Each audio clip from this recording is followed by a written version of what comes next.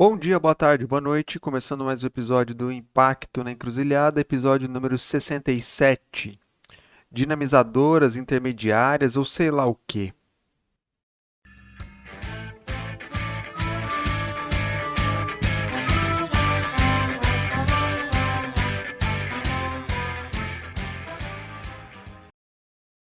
Fala-se tanto, né, do ecossistema, ou sobre o ecossistema de impacto, ecossistema para cá, para lá. Já falei sobre isso aqui em episódios anteriores, mas nós todos sabemos que a espinha dorsal desse tal ecossistema são as chamadas organizações intermediárias ou dinamizadoras. Chame como quiser, escolha o nome para chamar de seu e vamos em frente. Bem ou mal, são essas organizações que fazem o meio de campo, fazem a roda girar no ecossistema, conectando empreendedores com investidores e fazendo um monte de outras coisas, não é verdade? Mas afinal, quem são, onde vivem, do que se alimentam, como se reproduzem essas organizações? Brincadeiras à parte aqui com um programa famoso aí da TV. Eu já escrevi, já refleti bastante sobre o assunto, sigo sendo entusiasta desse tema, especialmente desse tema. E deixo aqui na descrição dois artigos que eu já refleti aí sobre o tema. Quem acelera as aceleradoras de 2017 e aceleração de impacto, que bicho é esse? 2021. Mas eu sigo refletindo ainda mais sobre esses assuntos. Então, trago aqui alguns temas, né, para a gente poder pincelar esse assunto. Alto, não volte aqui, não. Quem te fez fingir viver uma vida feliz. Bom, vamos começar pelo começo, tá certo? Primeiro é nomenclatura dessas organizações, né? O novo nome do momento é dinamizadoras, né? Organizações dinamizadoras ou dinamizadores. Fizeram um certo rebrand aí do nome, né? Que até pouco tempo atrás eram organizações intermediárias. Acho que até na gringa, se você procurar, você vai encontrar como organizações intermediárias. Eu até entendo que o nome intermediárias não ajuda, né? Remete a um, sei lá, despachante, algo meio estranho assim. Realmente não é um nome bom. E que talvez o dinamizador soe melhor, né? Um nome mais interessante. Mas você sabia que haviam quatro tipos de organizações intermediárias quando o tema foi proposto lá atrás?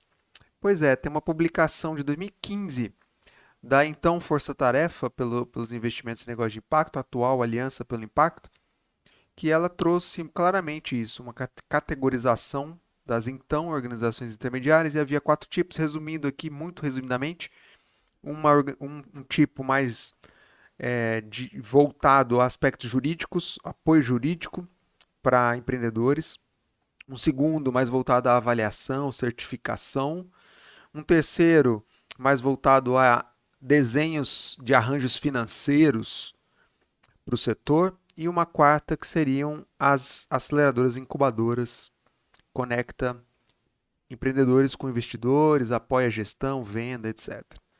Então, de uma forma muito resumida, deixo aí nos comentários, na descrição, o link dessa publicação. Bom, o segundo aspecto é relacionado a quem são essas organizações. Então, tinha essa tipologia, ela foi se perdendo um pouco ao longo do tempo, foi se diluindo ao longo do tempo. E atualmente o que a gente olha, embaixo desse rebranding de nome, né, de dinamizadores, o que a gente olha é muito mais o foco para a seara de aceleradoras incubadoras. Ok, elas não são a mesma coisa, mas elas acabaram se tornando o carro abre alas das então organizações dinamizadoras. Claro, vale destacar que há diferenças entre elas. Incubadoras e aceleradoras de impacto, não é tudo a mesma coisa. Mas elas acabaram prevalecendo perante as outras categorias que existiam anteriormente. Se a gente for considerar que, além daquelas categorias que eu citei, poderiam incluir outras, né? Como, por exemplo, quem produz conteúdo sobre o tema, sobre o ecossistema de impacto, poderia ser um tipo de organização intermediária, né? Então, esses outros tipos de avaliação, de apoio jurídico, de arranjos financeiros, de produção de conteúdo e tantas outras, acabaram ficando meio de lado ao longo da caminhada aí do setor, né? E hoje o enfoque maior parece estar nas aceleradoras e incubadoras com suas potencialidades e desafios aí tem muitos. Então, esse é um segundo. Quem são essas organizações? Quem são as aceleradoras e as incubadoras de impacto no Brasil?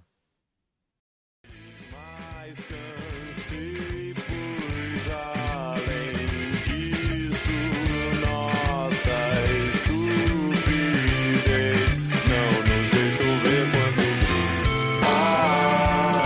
Essas tuas frases já não ofendem mais. Bom, terceiro é como que elas se alimentam, né?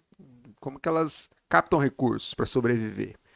Então, assim, o que a gente vê hoje globalmente é que filantropia e governos são as principais fontes de recursos para apoiar esse tipo de organização em termos globais. No Brasil, a coisa é um pouco mais complicada, né?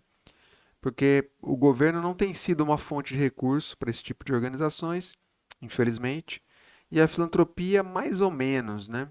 O que a gente tem visto mais recentemente é aceleradoras de impacto vendendo programas de aceleração de negócio de impacto para institutos e fundações e empresas também.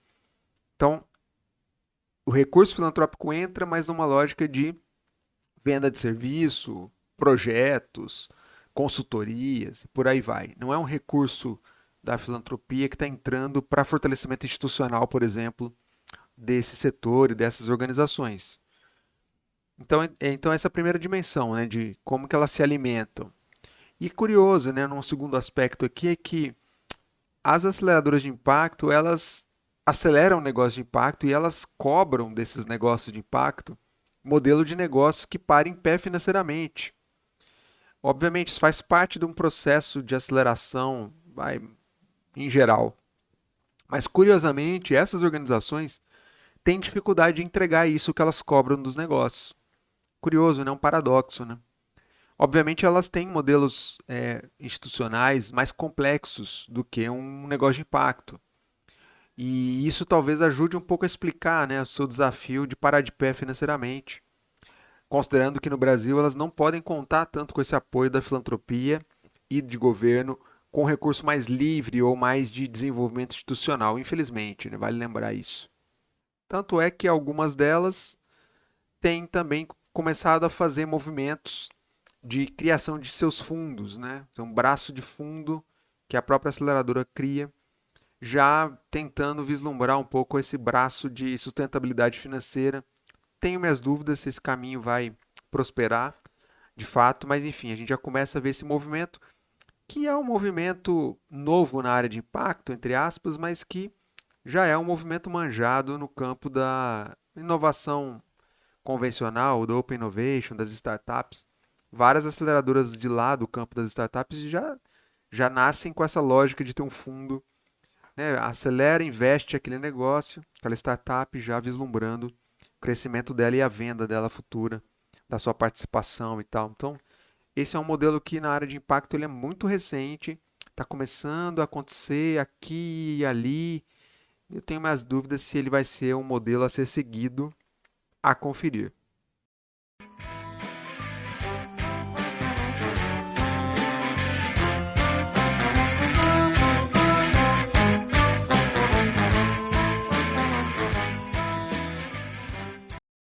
Desdobrando do como se alimentam, né, acho que o modelo de negócio dessas organizações claramente tem um desafio, né, de modelo de negócio que é, de um lado, vender consultorias, vender projetos de aceleração para empresas, institutos, fundações, de alguma forma tentar encontrar um caminho de será que cobram dos negócios que apoiam ou não.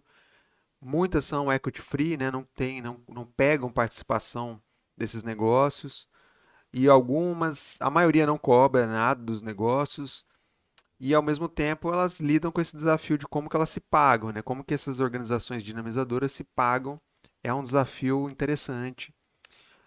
Então, o que está ocorrendo um pouco é a venda de programas de aceleração, cada vez mais, né, para empresas, institutos, fundações, as incubadoras mais de base tecnológica com recursos públicos, aí sim, recursos de ciência e tecnologia e de tantas áreas de fomento públicas, têm conseguido, essas organizações têm conseguido captar esses recursos, mas de fato não tem recurso amplamente disponível para nutrir essas organizações e talvez isso explique elas a rebolar em busca de recursos, né?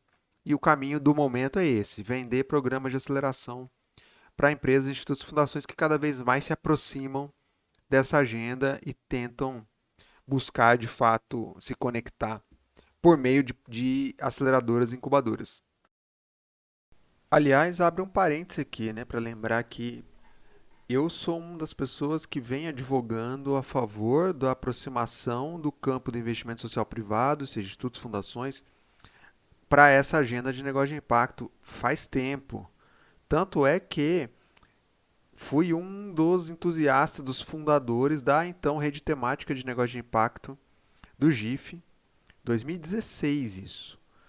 Então, só para lembrar que esse movimento de aproximação da filantropia, do investimento social privado com o campo de negócio de impacto, já vem acontecendo há alguns anos, né? E ele cada vez mais está acontecendo. Fruto de trabalho de várias pessoas, dentre elas é esse que vos fala aqui. Então, só para lembrar disso, tem ainda muitas fundações para se aproximar e chegar mais junto desse campo. E uma porta de entrada muito óbvia é essa, de apoiar programas de aceleração de negócio de impacto de temas, de agendas temáticas caras para aquela instituto ou aquela fundação. Mais óbvio, impossível, não à toa, voltando ao nosso tema, que não à toa está se tornando uma fonte de financiamento de aceleradoras de impacto do setor, né? Os institutos e as fundações. É isso. O ponto do questionamento é que a filantropia deveria apoiar aceleradoras, deveria apoiar o fortalecimento do ecossistema de impacto, não apenas contratando-as para fazer programas de aceleração que lhes interessam, mas também porque apoiar o fortalecimento desse ecossistema é chave para todo mundo, para o campo como um todo. E esse, eu entendo, é um papel da filantropia que não está sendo muito bem trabalhado no Brasil, infelizmente, mas é um tema para outra conversa. Fechando parênteses.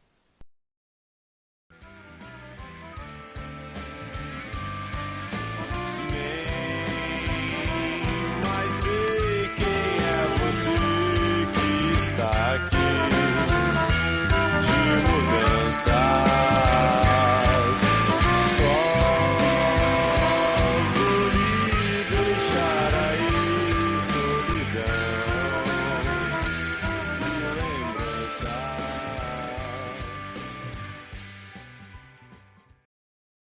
A questão que eu coloco aqui é: uma fundação que quer apoiar um programa de aceleração no seu território, na sua agenda temática e tal, contrata uma aceleradora para fazer isso, paga lá o programa de aceleração, acelera X negócios, legal, beleza. No final do dia, a pergunta é: aquela fundação com essa atitude, ela está de fato contribuindo para fortalecer aquela aceleradora de impacto? Eu tenho minhas dúvidas. Assim, poderíamos dizer que no curto prazo sim, porque ela está pagando salário de equipe, fazendo a roda girar, mas no médio prazo será que aquela aceleradora de fato está se fortalecendo institucionalmente, atendendo demandas que aparecem ou oportunidades que aparecem de um ou outro financiador? O que isso se diferencia de fato do que as ONGs fazem há tanto tempo no terceiro setor? Vivem de projetos e vão atrás do financiador. E elas se fortalecem institucionalmente assim? Para mim é um paralelo muito próximo aqui nesse caso. Então, fico um pouco na dúvida, mas isso é uma boa discussão a ser feita que eu tenho visto ela ser pouco feita no setor. Bom, para fechar, um último aspecto aqui é quem avalia o trabalho, né, ou a entrega que as aceleradoras e incubadoras de impacto fazem. Pois é, alguém no ecossistema tem esse mandato, tem esse papel, tem essa capacidade de fazer essa avaliação, avaliar a efetividade das entregas? Bom, Uma boa questão aqui, né? É, temos repertório para fazer essa avaliação? Bom, aqui é uma discussão longa. Tem um estudo recente que saiu durante a pandemia. Deixo aí também na descrição. Acho que vale a pena dar uma olhada. Quem capitaneou foi a Móvel Social. Estava envolvido no início desse desenho. Acho que foi bem interessante. E acho que dá para pegar mais informações no estudo ali. Mas, assim, a outra questão que decorre dali, olhando para essa iniciativa, é quem que topa pagar esse tipo de acompanhamento, não é verdade? Porque a gente tem um desafio de mandato, de papel, quem é que tem esse papel? De fato olhar por cima, olhar transversalmente o trabalho, a entrega dessas aceleradoras de impacto. E quem que topa pagar por isso, né? Acho que aqui tem um ponto interessante, né? Se globalmente a filantropia e governo é quem topa pagar esse tipo de conta, no Brasil, infelizmente, a gente está longe disso. E aí, no Brasil, quem tem puxado muito esse papel de olhar, fazer esse tipo de olhar mais transversal, geralmente é um player do próprio ecossistema, um intermediário do ecossistema, que acaba fazendo, às vezes, desse olhar mais panorâmico. E aí fica estranho, porque por mais que ele possa ter trânsito na agenda, né, de certa forma ter legitimidade entre os pares, pô, tem um conflito de interesse ali no final, não tem? Será que é a instância mais adequada para fazer isso? Se não é, qual seria? Já que tem uma interrogação grande, né? Eu de fato não sei responder essa pergunta. Quem seria, quem faria esse papel, né? Tá aí uma boa questão para a gente refletir.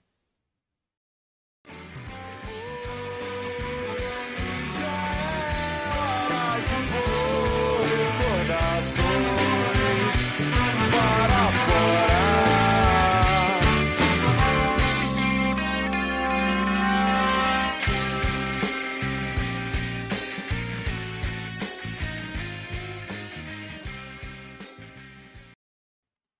Bom, mudanças de nomes, né? A parte, intermediárias, dinamizadoras e qualquer outro nome que se tenha por aí. A pergunta é: só há uma forma de dinamizar, ou de acelerar, ou de incubar, ou de apoiar, ou de fomentar? Enfim, escolhe aí o nome que você quiser. Obviamente que não, né? Obviamente tem muitas formas de você apoiar, dinamizar o ecossistema, organizações do ecossistema, empreendedores de negócio de impacto e tantas outras formas de vida do ecossistema. Logo, deveria haver muitos tipos de organizações intermediárias ou dinamizadoras, não é? Cada qual com a sua ênfase, com a sua abordagem específica, com o seu recorte.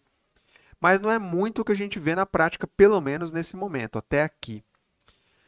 Na realidade, a gente até vê uma certa diversidade de organizações dinamizadoras fazendo coisas diferentes, mas muitas delas não se reconhecem como sendo organizações dinamizadoras e outras não são vistas assim ou reconhecidas assim pelo ecossistema. Tem ONGs fazendo esse trabalho por esse Brasil, fomentando organizações da sociedade civil com modelos de negócio. Tem outras organizações fomentando cooperativas com essa abordagem. Tem outras fomentando negócios comunitários. E muitas vezes elas não são reconhecidas como sendo organizações dinamizadoras ou elas mesmas não se reconhecem como tal. Interessante isso, né?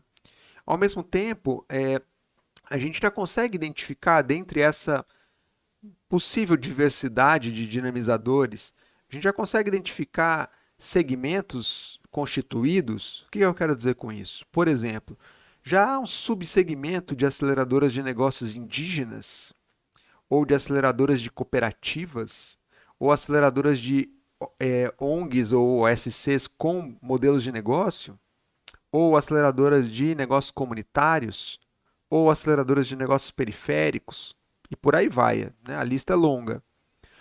Obviamente, a gente até consegue identificar alguns exemplos dessas subcategorias aqui que eu citei, né?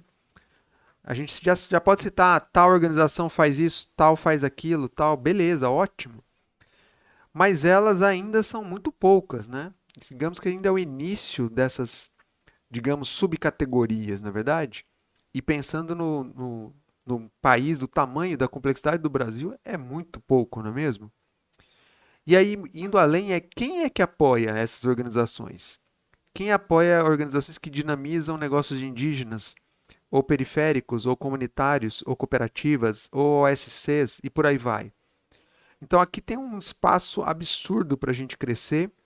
Quem apoia essa turma, quem apoia o fortalecimento institucional dessa turma, quem apoia a capilarização regional dessa turma pelo país, quem financia essa turma, acho que aqui tem um flanco interessante de discussão.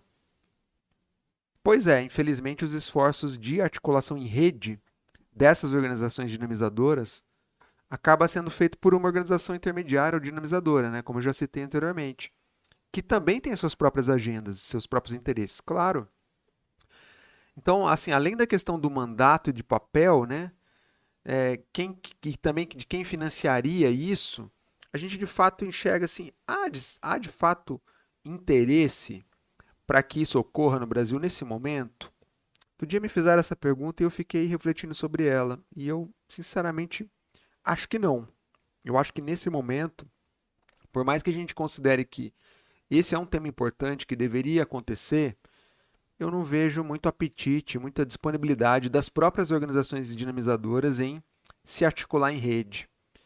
Talvez porque elas possam vislumbrar que elas vão competir ou vai ficar mais nítido a competição que elas já travam por recursos, por parceiros, por projetos. Talvez por algumas delas se reconhecerem como competidoras entre si. E talvez porque elas não queiram muito se conectar e compartilhar figurinhas ou questões internas das suas estratégias, né? Talvez seja isso. E talvez faça falta justamente alguém, alguma organização que esteja transversalmente a elas, com mandato, com recurso, com capacidade de influência que consiga mobilizá-las. Hoje eu não enxergo isso. E talvez seja esse o vácuo que a gente está vendo, vivendo no ecossistema de impacto no país nesse momento. A gente viu, né, a gente está vendo esse movimento que a Aliança pelo Impacto, né, anteriormente Força Tarefa, ela fez uma pivotagem, né, deixando um pouco o papel que ela fazia como aliança, um papel mais guarda-chuva, mais transversal. Ela optou por desaguar sua atuação num projeto, que é a Coalizão pelo Impacto, em 6 cidades e tal, isso está acontecendo. E aí ela acabou deixando um pouco esse lugar anteriormente da Força Tarefa barra Aliança. E esse lugar de ecossistema, de visão mais transversal, ele acabou ficando um pouco, entre aspas, no vácuo. E aí, um pouco esse seria o lugar de onde se partiria um pouco esse trabalho de articulação em rede de dinamizadoras. Então acho que fica um pouco. E aí, quem é que vai ocupar esse espaço, né? Essa é uma boa pergunta, né? Quem fará o meio de campo dentre as organizações que já estão habituadas a fazer o meio de campo? O meio de campo do meio de campo, vamos dizer assim, né? Muito interessante. Acho que essa é uma questão que está no ar. Não acho que ela vai ser esse lugar vai ser ocupado pelo governo. Ah, poderia ser a N Impacto. Não acho que seria a N Impacto. Não acho que seria uma articulação apenas pública ou governamental. Também não acho que deveria ser um ator dentre as dinamizadoras, né? Uma dinamizadora dentre elas. Também acho que não. Também acho que não deveria ser uma fundação ou um instituto.